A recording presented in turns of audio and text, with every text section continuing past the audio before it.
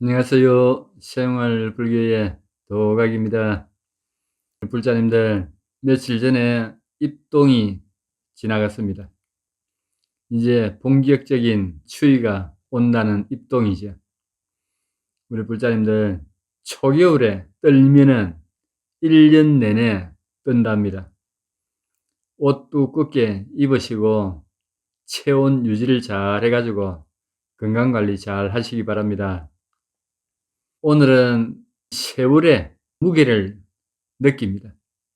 연세가 지긋이 드신 우리 불자님들은 아마 지나온 세월을 이렇게 돌아보면은 만감이 교차를 할 겁니다. 저는 요즘 몸이 좀 찌부둥하면은 시간이 나는 대로 산행을 합니다. 제가 자주 가는 산이 있어요. 여기서 한 20-30분 걸리는데 황매산이라고 있습니다. 산청에서 철쭉으로 유명한 산입니다. 산이 높지도 않고 완경사로 돼가지고 나이 드신 분들이 등산하기는 알맞은 산입니다. 젊었을 때는 수영을 한다고 몇 시간씩 앉아 있어도 몸에 별 무리가 없었는데, 이제는 그때 수영한다고 이 몸을 갖다가 혹사했던 게 부유증으로도 오고, 지금은 그렇게 오래 앉아 있질 못합니다. 그래서 시간 나는 대로 몸을 갖다가 또 단련을 시킵니다. 몸이 건강하게 받쳐줘야 기도도 되겠지요. 우리 불자님들도 날씨가 살살하게 추워진다고 안에 계시지 마시고 밖으로 활동하시기 바랍니다. 근데 산행을 하다 보면은 가파른 고개가 나옵니다. 이 고개가 꼭 보면은 산 정상 다대갈 무렵에 나와요. 일명 해탈고개라고도 하지요. 또 다른 말로 깔딱고개로 부르기도 합니다. 숨이 깔딱깔딱 넘어갈 지경으로 이 가파르다 해가지고 깔딱고개로 많이 통하지요. 저 설악산 봉정암 아마 가신 분들은 그 깔딱고개 잘 아실 겁니다. 초입에 그 백담살 갖다가 거쳐서 쭉 올라갑니다. 올라가다 보면은 영시암이 나오죠. 그 영시암에 가면은 감자를 갖다가 이래 삶아가지고 한 속으로 내놓습니다. 이제 드시고 가라고. 그리고 차 한잔 하고 가세요 하고 보살님 몇 분이 서가지고 힘든 여정을 갖다가 응원을 해줍니다. 그러자 우리 불자님들 감자도 하나씩 드시고 또 차도 한잔 하고 잠깐 쉬었다 갑니다. 쭉 올라가다 보면은 오시암이 나오죠. 5살 동자가 깨우치다 해가지고 오시암이라죠. 이 오시암에 가면은 스님이 딱 하는 이야기가 있습니다. 자주 가신 분들은 무슨 말을 하시는지 귀에 아마 남아있을 겁니다. 우리 보살님들 가방에 그 무거운 거 좀 여기 내려놓으시오. 그래 올라가십시오. 그리고 속에 든 것은 저 위에 봉정암에 가서 배설하시면 됩니다. 절대 여기서 배설하지 마세요. 우스갯소리 하지요. 그리고 한참 올라가다 보면은 해탈고기가 나옵니다. 바로 깔딱고기지요. 경사가 아주 가파르다가 완경사 됐다가 반복적으로 하면서 숨이 목에까지 찹니다. 이 깔딱고기를 갖다가 넘어가면은 봉정암이 나타납니다. 근데 산행을 하다 보면은 깔딱고개가 어느 산이고 다 있습니다. 우리 인생도 산행과 같다고 저는 생각합니다. 살다 보면은 힘든 그런 고비가 오죠. 자이든 타이든 맞게 됩니다.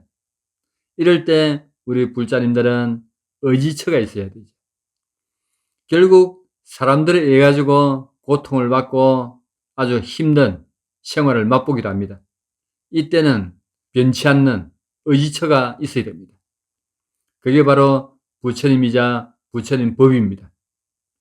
저는 황매산을 갔다가 산행을 하면서 산청에서 정상으로 올라가다 보면은 합천이 나옵니다. 산을 넘어서 내려가면 합천이고, 반대로 합천에서 정상으로 올라와서 이쪽으로 내려오면 산청이죠. 이 황미산이 산청과 합천을 딱 반으로 나누고 있습니다. 그런데 저는 산청에서 합천으로 넘어갑니다. 넘어갔다가 다시 돌아서 올라오죠. 올라오다 보면은 산 정상 가기 한 50m 정도의 깔딱고개가 나옵니다. 사실 봉정암이나 저 지리산 깔딱고개에 비하면은 이거는 깔딱고개도 아니죠. 한 30에서 한 50m 정도 가파른 고개가 나옵니다. 그런데 짧은 거리지만은 올라갈 때 아주 힘듭니다. 잠깐 쉬었다 가기도 하고 거꾸로 뒤로 돌아서 뒷걸음치면서도 올라가기도 합니다. 근데 반대로 내려올 때는 가파라서 내려가기도 바른 걸음으로 못 내려가요. 비스듬히 옆으로 걷기도 하고 다리를 벌리서 내려가기도 하죠. 이 깔딱고기를 갖다가 제가 이야기하는 거는 산이 쉽게 오르고 쉽게 내려오면은 산행하는데 재미가 없습니다. 우리네 인생도 그렇습니다. 너무 쉽게 생활되면은 이 생활 자체가 무의미합니다. 리듬이 있어야 되죠. 때로는 괴로울 때도 있고 즐거울 때도 있고 이게 사람이 사는 맛입니다. 우리 불자님들 기도 많이 하시죠. 기도하시다 보면은 깔딱고기와 같은 고비가 옵니다. 언제 오느냐 하면은 꼭 내가 한 소식 듣기 전에 옵니다. 아주 힘들고 괴로운 여정을 하면서 기도가 진행됩니다. 무슨 소원이든 내가 발언을 딱 해놓고 기도에 들어가면은 3분의 2 내지 5분의 4 정도에서 이 깔딱고개와 같은 힘든 마가 오게 되죠. 때로는 굉장히 하기가 싫습니다. 기도 자체가 하기 싫어져요. 또 앉으서면 온갖 주리가 다 틀립니다. 어떨 때는 잘 되던 기도가 깔딱고기와 같은 고비가 올 때는 상당히 하기가 싫습니다. 몸도 이유 없이 주리가 틀려서 오래 앉았질 못해요. 그때는 어떻게 합니까? 우리 출가자들은 포행이라고 합니다. 잠깐 일어서서 밖에 나가서 다리 운동을 해줍니다. 바람도 한번 씌워주고. 그래서 다시 와 앉죠. 저는 지리산에서 토굴 생활할 때 이걸 많이 겪었지요. 때로는 무식할 정도로 몇 시간씩 그냥 버텨버립니다. 참선을 하게 되면은 처음에 한 30분간이 고비가 옵니다. 가부좌를 틀고 앉으면은 피가 잘 안 통하기 때문에 찌가 와요. 굉장히 고통으로 찌가 내립니다. 근데 고통스럽다고 해서 발을 한번 펴버리면은 더 이상 앉아있질 못해요. 참아야 됩니다. 극도로 고통이 오죠. 꾹 참다 보면은 고통은 깔딱고기와 같이 왔다가 정상에 올라가면 편안한 하듯이 몸이 편안하게 안정이 됩니다. 그때서 마음도 안정이 되면서 기도가 들어가죠. 그리고 이 깔딱고기와 같은 힘든 그 와중에서 한 소식이 옵니다. 깨달음이 오죠. 우리 불자님들 기도하실 때 어렵고 힘든다고 포기하시면 안 됩니다. 아, 이제 내가 발언이 성취가 될 시기가 오구나. 기도를 하시면서 더욱더 정진하셔야 됩니다. 화엄경 법성계에 보면은 초발심시 변정각이라는 구절이 나옵니다. 첫 발심을 했을 때 내가 바로 깨닫는다는 뜻입니다. 그렇습니다. 첫 발심했을 때 이 마음을 갖다가 그대로 가져가셔야 됩니다. 내가 좀 기도해서 힘들고 시간이 없고 여러 가지 어렵다 해가지고 기도를 갖다가 놓으시면 안 됩니다. 기도는 하면 할수록 계속 힘든 과정이 겪게 됩니다. 그러다 어느 날 깔딱고개처럼 아주 힘든 과정이 닥칩니다.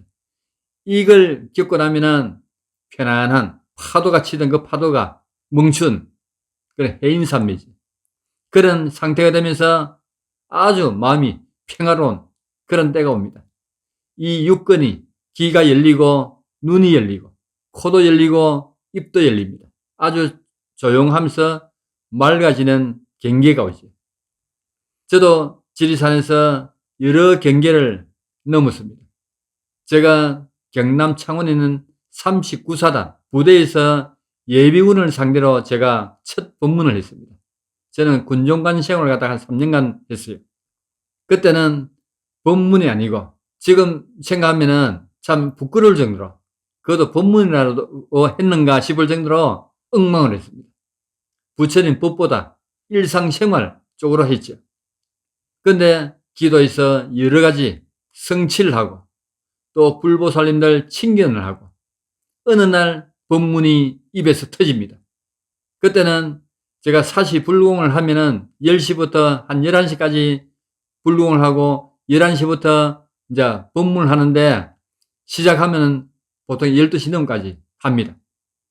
그때는 법문하는 게 그렇게 재밌었어요. 내가 언제 이렇게 잘했느냐, 법문이 술술 나왔습니다. 우리 불자님들 뭐든지 시작이 반이랬습니다.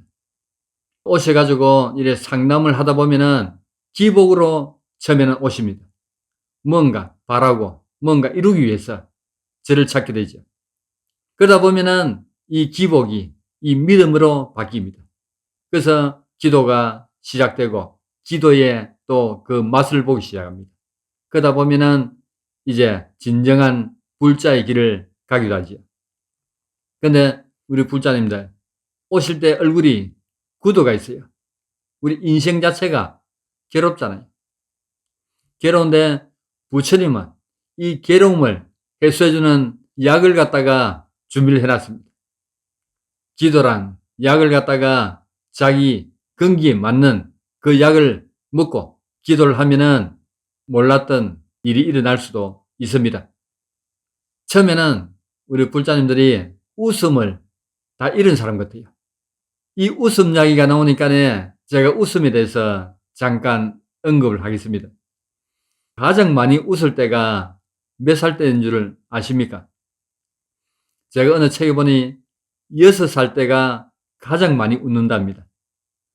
애가 6살 때면은 뭐든지 보고 깔깔깔깔 웃고 뒤집어서 웃고 일어서 깡충깡충 뛰면서 웃고 붙들고 웃고 사람 다리를 잡고도 웃고 그냥 웃어요.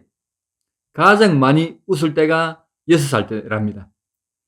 이 6살 때는 하루에 300번을 웃는데요.